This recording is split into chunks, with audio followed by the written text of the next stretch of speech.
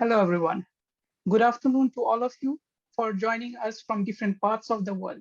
Welcome to the webinar on Marie Sklodowska-Curie Actions Postdoctoral Fellowships brought to you by Euraxis Australia and New Zealand. First of all, please allow me to introduce to you our esteemed guest speaker for today, Dr. Manuel Gómez Herrero. Dr. Herrero is a policy officer in the Marie Sklodowska-Curie Actions Unit of the Directorate-General for Education, Youth, Sports and Culture at the European Commission. We also have a special guest joining us today, Dr. Eleni Consta, who is also a policy officer in the MSCA unit of DGAC at the European Commission. She is responsible for the postdoctoral fellowships. Many thanks to both of you for joining in so early from Brussels. And I'm Nishant Sandelia, Regional Coordinator for Euraxis Australia and New Zealand. For those who have joined our webinar for the first time, Euraxis is an initiative of the European Commission that addresses barriers to the mobility of researchers and seeks to enhance scientific collaboration between Europe and the rest of the world. We provide free information about European research, career opportunities, international collaboration, and networking possibilities. Since all of you are watching this on your laptop or phone, I'll encourage you to type Euraxis Australia and New Zealand on Twitter, LinkedIn, Facebook, or YouTube and follow us there. I'd also like to encourage all of you to please use the Q&A function in the Zoom interface to ask any question that you might have while our speakers are presenting. Once the presentation is done, we will come back to take your questions. Before we begin, please note that the recording and the slides of this session will be provided to you. However, the recording will not include the Q&A, and hence I will recommend you to stay for the entire duration of this webinar if you want our experts to address the common queries that applicants have. Perfect, so let's begin. I'll now pass on the presenter privilege to Manuel so that he can start his presentation.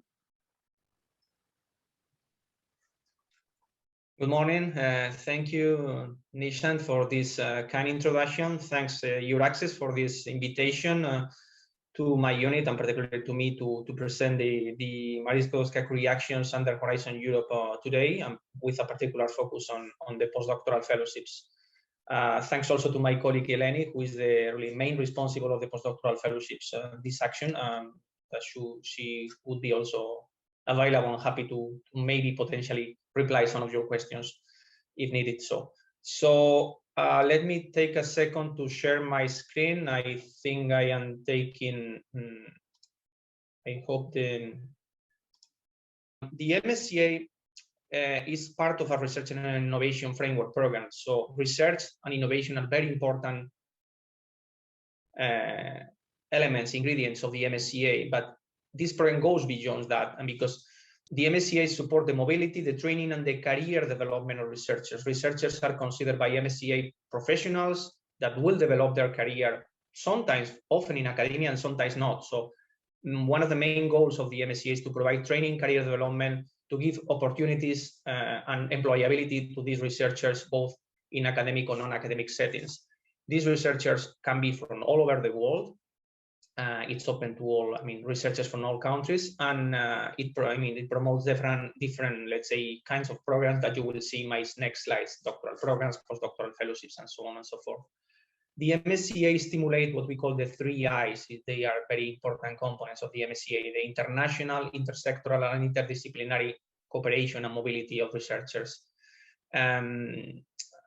They are open to researchers for every stage in their career. It's not that all actions are open for all stages, but a researcher, no matter the stage, could find an MSCA action that is, let's say, working for him or for her. Coming back to my first message, the MSCA promote attractive working and employment conditions of researchers following one of the main, let's say, reference documents for the MSCA, which is the Charter and Code, the Charter for Researchers and Code of Conduct for the recruitment of researchers. And the MSCA are a bottom-up program. So domains of research are selected by the researchers of the institutions applying to the MSCA. All organizations are welcome to join, and of course the non-academic sector is particularly strongly encouraged also to join, because usually and naturally many partners in projects of the MSCA are from academia, but non-academic sector, including private companies and SMEs, small and medium enterprise, are welcome also to join consortia or projects. And at the end of the day, these key features can be summarized that the Marie Sklodowska-Curie actions play an important role and have an important impact on researchers and researcher careers, but also have a structuring effect on organizations and even on system research and innovation systems, mostly of the European Union member states. Before I focus on the future, let me give a quick message, quick overview of what has been during the last 7 years of the program Horizon 2020, the MSCA. They have supported, or at the end of all projects supported by Horizon 2020, we should have supported around 65,000 researchers, including 25,000 PhD candidates. The MSCA is one of the most, if not the most, international part of Horizon 2020, with 50% of all third country participations in Horizon 2020 coming from the MSCA. And at the end of the day, even 30%, 37% more or less of researchers in MSCA projects come from outside the EU or from outside the EU. The budget, well, you have here other facts and figures like the budget, 6.2 billion euro, 1,000 doctoral programs, or over 1,000 doctoral programs supported by MSCA, and also the company supported and a quite, let's say, good gender balance in terms of the participation of female researchers. This is, let's say, a timeline where to show that we are in a very particular moment today, in beginning of 2021. We in the European Union, we work in budgetary periods, what we call the multi-annual financial framework of 7 years. And the last period lasted from 2014 to 2020. This is why the program was called Horizon 2020, and it was one of the programs of the European Union. There were other programs on agricultural policy, on health, and so on and so forth. And then this summary that I provided in the previous slide was focused on this Horizon 2020. Today, we normally should be already in full speed of the first year of Horizon Europe, the next framework program for research and innovation under the current budgetary period from 2021 to 2027. But you know that now we are living very particular moments, and then negotiations have been a bit slower than the ideal. And we are in the very last weeks to really finish this present adoption of the different programs, including Horizon Europe. So nowadays we are about to publish the work programs and the first calls of MSCA.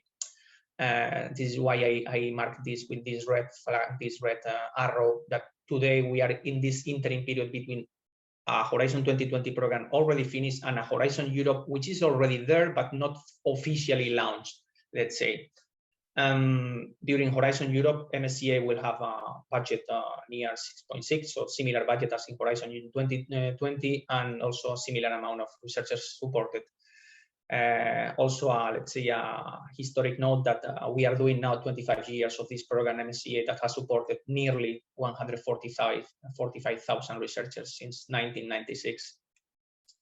So now focusing on the Horizon Europe program, this is the preliminary structure. No need to get into detail today, but probably many of you in the future, if you continue, as researchers, and you could also start to work with your partners in the European Union, and probably it would be good also for you to get familiar with these 3 pillars of the Horizon Europe. Starting for the last one, Pillar 3 is mostly focused on the support to innovative companies.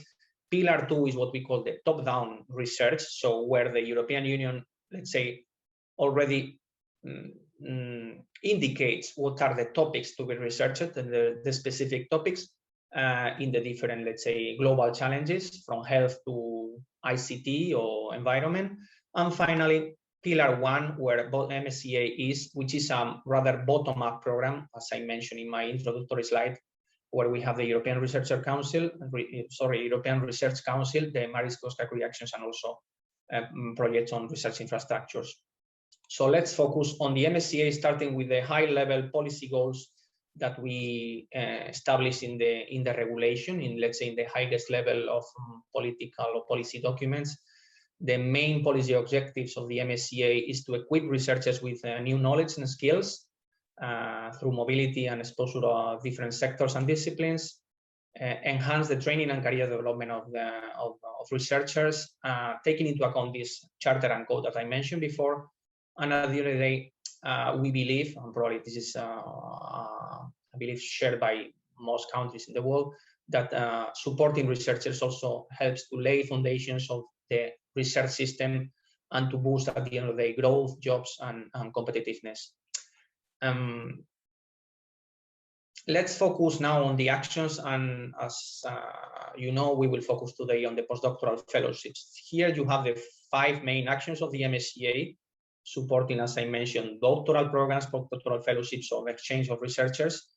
And the message here, for those who might be a bit familiar already with what was the MSCA or what were the MSCA under Horizon 2020, the main message is a message of continuity.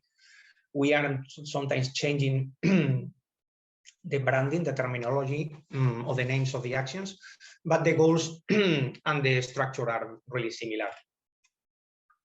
So starting with the postdoctoral fellowships, the main objectives of this action are to foster excellence through the implementation of research projects. So of course, the applicants, their individual researchers, will have to present, let's say, their skills, their CV, and their background, but it will be also very important to present a convincing research project and a training project. So at the end of the day, we foster excellence through this research project of the researchers, enhancing creativity and innovative potential of researchers holding a PhD, as you will see in next slides, is one of the, let's say, requisites to apply for postdoctoral fellowships, to have a PhD. And with this focus that I already mentioned on the 3 I's, international, intersectoral, and interdisciplinary mobility, bridging between academia, non-academic, and academic sectors. In this slide that I would probably apologize, probably many slides, more than the ideal for a slide, but I think here the main goal is for you in the future, you will have these slides and then you can come back to them if you wish to have a reference of the main technical details of the main features of the actions. I will not read thoroughly everything, but the main details are is that the postdoctoral fellowships are a mono-beneficiary action. There is only one hosting institution together with the researcher applying. 2 types of fellowships, either for researchers from any nationality in the world coming to Europe, so the European fellowships, or fellowships supporting research abroad, I mean, outside of the European Union. And in this second case, they are, let's say, reserved to European nationals or long-term residents of the European Union or associated countries. We are trying to simplify in several parts of the program the actions, the MSCA, and here is one of the simplifications. We discontinued the panels that we used to have in the past with different focuses on restarting the career, reintegration to Europe, and so on, and we replaced these panels, specific panels, with incentives in terms, for example, of duration of the action, and so on and so forth.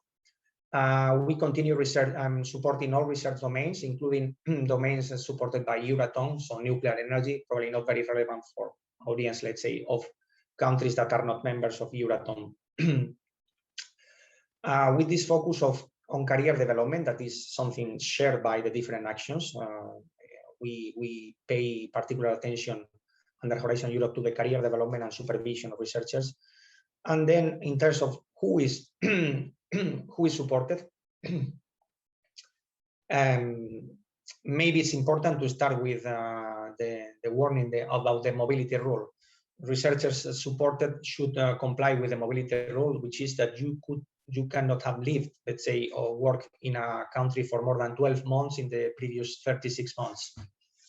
So, for example, even if you are an Australian or a national from New Zealand, if you have been living more than 12 months in Italy in the last 3 years, you wouldn't be able to apply for a postdoctoral fellowships in Italy. You would be able to apply for other countries like European countries such as France or Portugal or Germany. I mean, the target groups, it's important to highlight that the researcher should be in possession of a PhD, PhD degree at the call deadline, And then we are also establishing a limit in terms of research experience after the PhD, let's say obtaining the PhD, 8 years, with several exceptions very clearly explained in the work program. For example, years outside research or years under a career break wouldn't count for this 8 years of research experience after the PhD. Who applies? As I said, mono-beneficiary action, but at the end of this, a joint application in some way between the researcher and the hosting institution. The supervisor who is working in a hosting institution, both academic or non-academic, and then it's a single entity which is applying. The European fellowships last between 12 and 24 months, and for those who might be eligible to apply for global fellowships, the duration is 12 to 24 months for the outgoing phase, plus 12 months of mandatory return period in Europe in the case of the global fellowships. There is the possibility of secondments worldwide, and then another novelty in the postdoctoral fellowships is the additional placement, the possibility to include in your application an additional placement of up to 6 months in a non-academic institution, a non-academic organization at the end of the fellowship. Seal of excellence probably is not the most relevant. Is, let's say, a second chance that we offer for applications that were excellent but not excellent enough to get funding directly, and then you might have access to alternative funding thanks to this award of a seal of excellence. And then this is the tentative calendar, because coming back to the timeline that I showed in previous slide, these are our wishes nowadays, today, as of today, that we would be opening in just 3 weeks time or something like that, 18th of May, the first call of postdoctoral fellowships in 2021, and similar but a bit earlier calendar for 2022. Another of the novelties, finishing this slide, is the introduction of resubmission restrictions as of 2022, so not for the first year, but for the second year. Those applications that receive a score lower than 70%, so below this quality threshold, wouldn't be, let's say, shouldn't apply again the year after, because we are introducing this restriction or resubmissions. And I saw quickly this announcement of this event. And one of the questions, what is funded? Here in this table, you see the summary of what is funded, what the MSCA program provides as funding in the different, let's say, cost categories, starting with the living allowance, so the salary, the remuneration for the researcher, and the mobility allowance also for the researcher to cover, let's say, these expenditures for this mobility and accommodation. And then even if you change your family status during the fellowship, you would be eligible also to receive a family allowance and other allowances that are in the cases of special leaves, for example, sick leave or maternity leave. The cost that should be supported by the employer would be supported by the MSCA. And special needs, here we are speaking about extra costs that are necessary to also support researchers with special needs, with disabilities. All these categories are contributions for the recruited researchers in one way or the other. And then the MSCA also provides funding for the institutions in terms of both research, training, and networking contribution, and management and indirect contribution. So these are the different cost categories that the MSCA program is supporting, is providing. And here, no need to read in detail. The message here is that your application, the application to postdoctoral fellowships, or even also to other actions, would be, let's say, handled by our executive agency that takes care of the project implementation, let's say. And then the agency invites independent experts to evaluate the applications. And then they will evaluate the applications against 3 standard criteria of excellence, impact, and quality, on efficiency of implementation. And excellence has, let's say, the higher weight, the higher importance, the highest importance to be considered. And under excellence, we would be speaking about the quality of both the research project, the training, open science practices, supervision, and also, of course, the quality and appropriateness of the researcher's professional experience, competencies, and skills Impact, again, is impact on the career of the researcher and also impact of the research project in the different, let's say, societal or economic or scientific impacts. And quality is the quality of the project, the work plan, and also of the institutions involved in the project. With this, I finished the main part of the presentation, the main overview of the postdoctoral fellowships, and I will visit very quickly the other actions just in case other researchers would be interested in other stages of the career. For example, starting with the MSCA doctoral networks. Here, very briefly, is an action that supports doctoral programs naturally. So the target group is early stage researchers that might be interested in doing a standard doctorate, but also industrial doctorates or joint doctorates. So we support different kinds of doctorates. And probably the main message for these doctoral networks and also for co-fund that I will present in a couple of minutes is that you as a researcher, as potential MSCA fellow, you wouldn't be applying to us, let's say, to the program as happened in postdoctoral fellowships. In doctoral networks or in co-fund, you would be applying directly to vacancies published by the projects that are selected. So this is an important message that I will even probably repeat in the last slide about the links. So this is the action on doctoral networks, as I said, focus on supporting doctoral programs. And then here the applicants are institutions and consortia of institutions.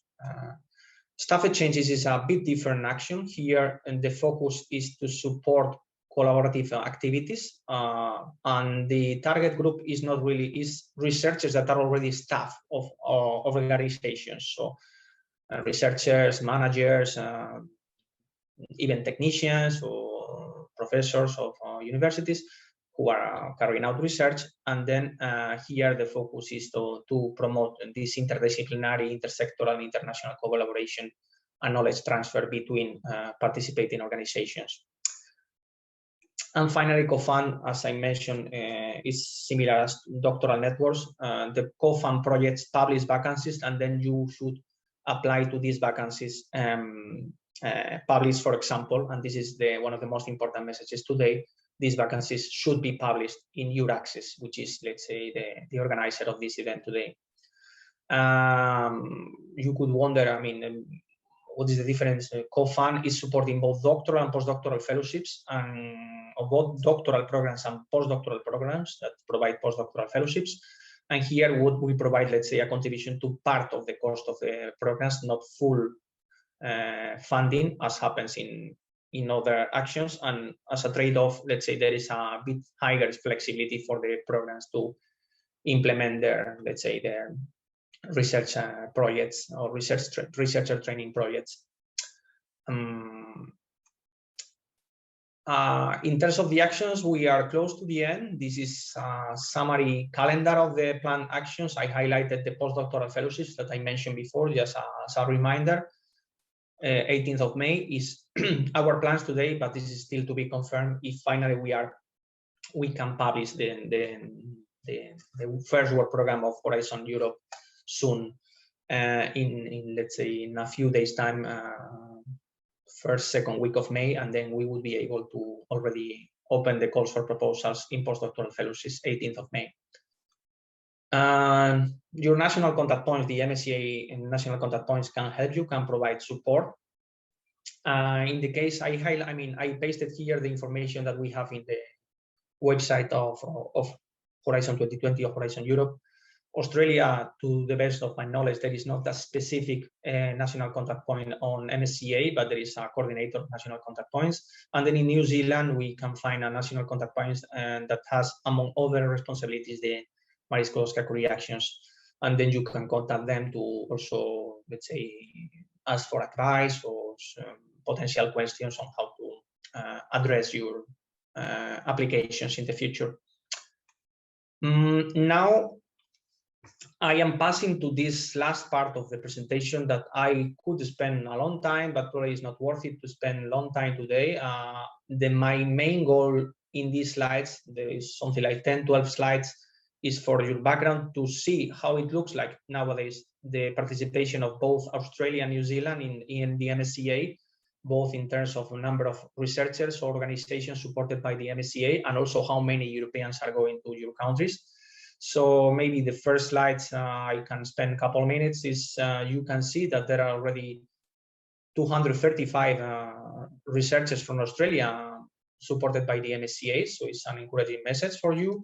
And interesting also to see that half of them, more or less, 119, have been so far supported by the individual fellowships. Individual fellowships is the precursor of postdoctoral fellowships, is the old name. As I mentioned, there has been a rebranding of the actions, but they have very similar goals. So individual fellowships, half of the researchers were supported by individual fellowships, but more or less the other half have been supported by CoFund, ITN, which is doctoral networks, or RISE. So you might find opportunities to join, to become an MSCA fellow in the different actions, not only under postdoctoral fellowships, of course, depending on your career stage. And other statistics that probably we can fly over. I mean, for example, the ranking of Australia, offset is other countries that are not directly or immediately eligible for funding, so advanced countries. And for example, maybe the involvement, the participation of non-academic sector, private companies is a bit below the average in Australia. I think it's the same in New Zealand.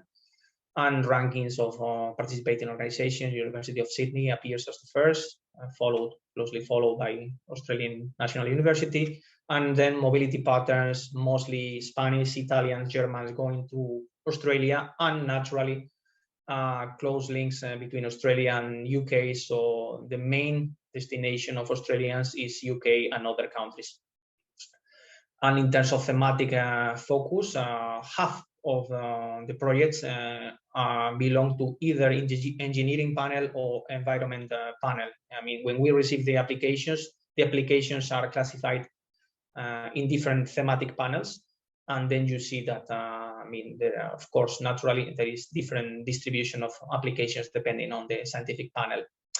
And this has been, let's say, the overview for Australia. And I would show here a similar statistics overview for New Zealand. And again, probably I would just say that, of course, the numbers a bit lower for New Zealand, 68 nationals from New Zealand going, all supported by the MSCA, and 27, a bit less than half of them supported by individual fellowships, and the rest in other actions. And again, other statistics that you can check in the PDF copy of the slides that you will have available. So let me finish with this link, this slide with different links that I hope could be useful for you, starting with, let's say, more informative websites, our website of the Marie Sklodowska-Curie actions, where you can know more about the program, about us, and about the different actions, a pocket guide also. Here again, coming back to my previous message, as we are in this very particular period, it might be that some of the information you have access now belongs to the previous framework program, Horizon 2020. So some things might be a bit outdated, but I believe that soon we will have fully updated info where you can consult similar information as these details that I have been trying to summarize today with the, let's say, the branding and the specific conditions of the actions under Horizon Europe, the current or near future program. Funding and tenders portal is where you or the institution should submit their applications, and then your access, of course, it's very, very important to highlight this. This is the one-stop shop for you to, for example, consult, look for vacancies, both for PhDs in the case of doctoral networks or doctoral programs like CoFund, or postdoctoral fellowships, for example, of postdoctoral programs in CoFund, and other reference documents such as the Charter and Code, and other two documents that we have just issued probably last week, the Guidelines on Supervision and the Green Charter, because we are aware that research can also have an impact on environment and on climate, and we are very concerned, and we have important policy goals to address in all actions of the European Union in terms of environmental impact of all activities, including research. And then the Alumni Association, to my knowledge, there is not a specific chapter of Alumni Association for Australia and New Zealand, but probably you could find also interesting info, even contact details there to address your questions, and other links that you can consult also in terms of more specific info on your countries. With this, I am concluding my presentation. Thanks for your attention, and I will be available for your questions if there are, and I believe that also Eleni, my colleague who kindly joined, if there are some very tough and specific questions, probably he can also jump and even complement my message. So thanks for your attention. Thank you very much, Manuel. It was a very comprehensive presentation, and I can see that there were quite significant numbers in terms of success rate, which stood out for me because historically compared to the overall success rate, I could see that Australian and New Zealand researchers have a higher success rate. So I think it's a good indication for all of you to go for the individual fellowship. Just to reiterate, the presentation will be provided to all of you. The recording will only have this much of the recording on the official YouTube channel of your Access Australia and New Zealand. So whatever we discuss now onwards will be for all of you who have stayed with us, and you will hear answers to your questions directly from Manuel and Eleni. And with that, please join me in thanking our speakers for today, Manuel and Eleni. I'm sure our audience got a lot of useful insights from both of you. We're very optimistic that there will be an increased number of applications from the region in 2021. To wrap up, please allow me to reiterate to keep an eye on our social media platforms to get notified of such informative webinars, and also on how to go about putting together this postdoctoral fellowship, because we are planning for a practical webinar as well in the coming weeks. With that, we come to an end of today's session. Signing off for today and wishing you a very good week ahead. Thank you very much for joining in.